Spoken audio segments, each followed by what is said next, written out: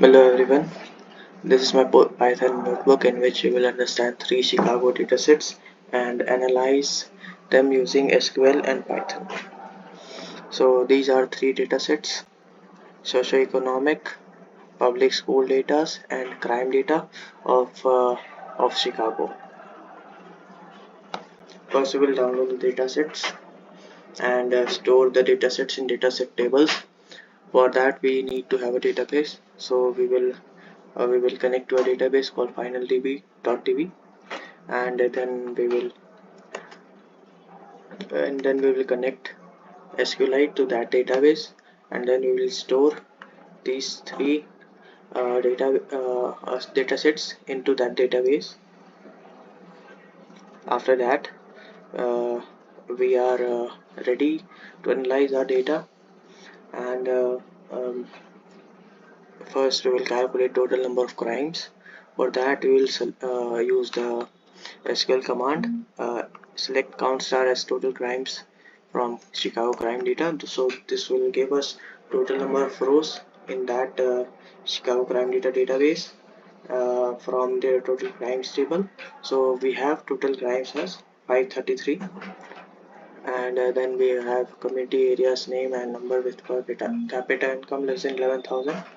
So we'll use this command, SQL command, with per capita income, where per capita income is less than 11,000.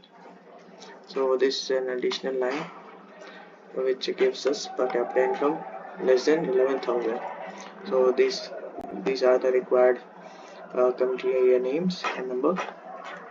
So we will then have all case numbers involving minors. So we have used here that where description like minor. So we have used percentage and percentage in the front and behind of a minor, because uh, the percent is a filler. It can be anything like a minor, so it will give us all the case numbers involving minors.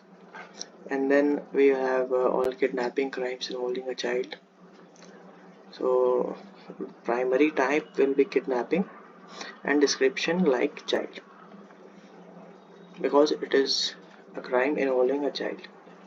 Okay, then we will have the kind of crimes that were reported at schools. So no repetitions, because there are same kind of crimes that are repeated. So we'll, we will use the distinct function here, distinct, to not get repeated crimes, from where location description is like schools, means it will happen in the it will only give us the crimes that were happened in schools only. So then we have type of schools along with average safety score. So there are three type of schools: ES, HS, and MS, and uh, we will calculate average safety score from this average of safety score function, and store it in the average safety score column. This is a table, and we will group them by elementary, middle, and high school. Which are elementary? This is elementary, this is middle, and this is high school. So we have got average safety scores. Then we will have 5 community areas with highest percentage below poverty line. So we have selected these and we are ordering them by percent household below poverty, which is in descending order, and we have limited it to 5 because we need top 5. So here are the community area names and household. Yeah, then we'll have community area which is most crime prone.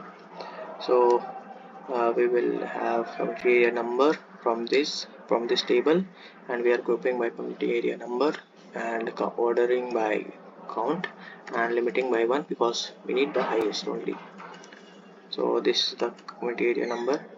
Then we will have we will use subquery to find name of community area name or community area with highest hardship index here.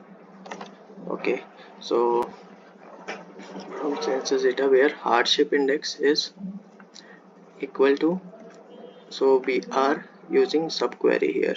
This is called subquery because where two select statements are used. So here we have used two two select statements means subquery to calculate the name community area name with highest hardship index. Similarly, we have used here subquery to calculate the community area name with most number of crimes. You can see the code here. Thank you. Thank you. This was my project, and thank you for watching.